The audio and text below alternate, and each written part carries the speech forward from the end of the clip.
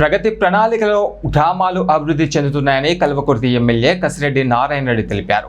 రంగారెడ్డి జిల్లా ఆమన్గల్ ప్రభుత్వ ఆసుపత్రిలో ప్రజాపాలన ప్రగతి ప్రణాళిక 99 రోజుల ఆరోగ్య కార్యక్రమంలో భాగంగా ఏర్పాటు చేసిన ఉచిత మెగా హెల్త్ క్యాంపును ఎమ్మెల్యే కసిరెడ్డి నారాయణ రెడ్డి, డిఎంహెచ్ఓ లలితాదేవి ప్రారంభించారు. అనంతరం ఎమ్మెల్యే మాట్లాడారు. రాష్ట్ర ప్రభుత్వం ప్రతిష్టాత్మకంగా అమలు చేస్తున్న ప్రజాపాలన ప్రగతి నివేదికల్లో గ్రామాల్లోని మౌలిక వసతుల కల్పనకు ప్రజాప్రతినిధులు, అధికారులు సమన్వయంతో ప్రణాళికలను సిద్ధం చేయాలని సూచించారు. ఆమన్గల్లు ప్రాంతంలో గతంలో ప్రభుత్వ వైద్యం అందుబాటులో లేక సీఎంఆర్ఎఫ్కు దరఖాస్తులు పెరుగుతున్నాయని, ఆమన్గల్ ఆసుపత్రి భవన ప్రారంభంతో ప్రజలకు మెరుగైన వైద్యం అందుబాటులోకి వస్తుందని, తద్వారా పూర్తిస్థాయి వైద్యం అందుతుందని పేర్కొన్నారు.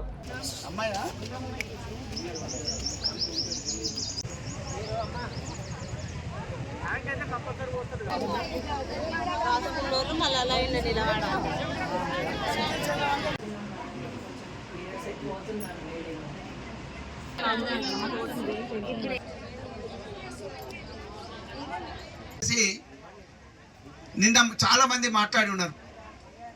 ఈరోజు జరుగుతున్నటువంటి ఈ కార్యక్రమాన్ని చూస్తే వందలాది మంది పేషెంట్స్ ఇక్కడికి వచ్చి ఉన్నారు. ఇందులో ఏం జరుగుతుందని చూడడానికి రాలేదు. వారి హెల్త్ ఏ విధంగా ఇంప్రూవ్ చేసుకోవాలి, ఇక్కడికి అందరూ డాక్టర్స్ వచ్చి ఉన్నారు.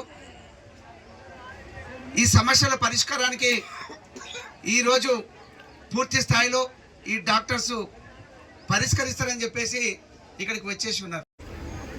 ఇక్కడ ఉన్నటువంటి డాక్టర్స్ ఎవరైనా కూడా సరే, ఈరోజు అంటే ఓపెన్గా జరుగుతూ ఉంది. ఒక పేషెంట్ వచ్చేసేసి డాక్టర్ తోటి మాట్లాడుతున్నప్పుడు ఓపెన్గా మాట్లాడేటువంటిది ఉంటే నలుగురు వింటూ ఉంటుంటారు. కానీ పెద్ద బిల్డింగ్ అయిన తర్వాత అలాంటి సమస్యలు మనకు ఉండవు. కానీ ఈ డాక్టర్స్ ఏంటి అంటే ఒక దేవుడు లాగా ఏది కావాలో అది ఇస్తారు. కానీ దానికి ఏం పబ్లిసిటీ ఇవ్వరు. ఉన్న రోగానికి కానీ లేకపోతే ఇంకేదైనా సమస్యలు ఉన్నా కానీ నలుగురితోటి వాళ్ళు షేర్ చేసుకోరు.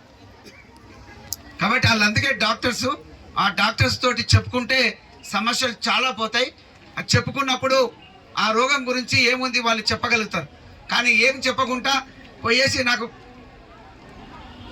వచ్చినది, నాకు తలనొప్పి వచ్చింది అంటే తలనొప్పి ఎందుకు వస్తుంది కూడా అది చెప్పడానికి వాళ్ళు డిస్కస్ చేస్తే తెలుస్తుంది. మీరు ఓపెన్గా ఇక్కడికి వచ్చినటువంటి పేషెంట్స్ ఎవరైతే ఉన్నారో ఆ పేషెంట్స్ అందరూ కూడా ఓపెన్గా డాక్టర్స్ చెప్పుకుంటే చెప్తారు తప్ప డాక్టరే చూసేసి తలనొప్పి ఉందా, కడుపు నొప్పి ఉందా చెప్పేటువంటి పరిస్థితి ఉండదు.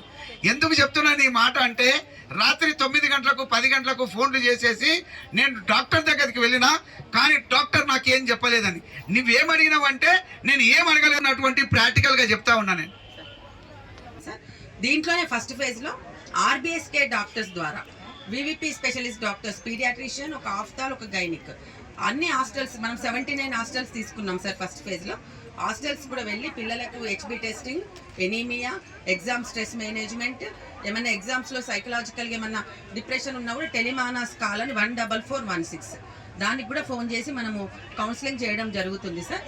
అలాగే సిపిఆర్ టెక్నిక్, కార్డియోపల్మనరీ రిసెసిటేషన్, ఎవరైనా సడన్గా కొలాప్స్ అయితే కూడా సిపిఆర్ చేయడం కూడా మన స్టూడెంట్స్కి కూడా నేర్పిస్తున్నాం సార్ ఈ ఫేజ్లో. అలాగే ఈ ఫేజ్లో ఓల్డేజ్ హోమ్స్, మన జిల్లాలో 63 ఓల్డేజ్ హోమ్స్ ఉన్నాయి సార్.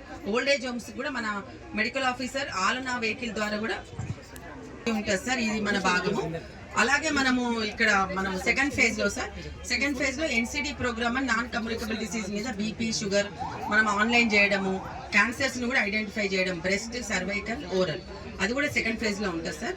థర్డ్ ఫేజ్లో మనం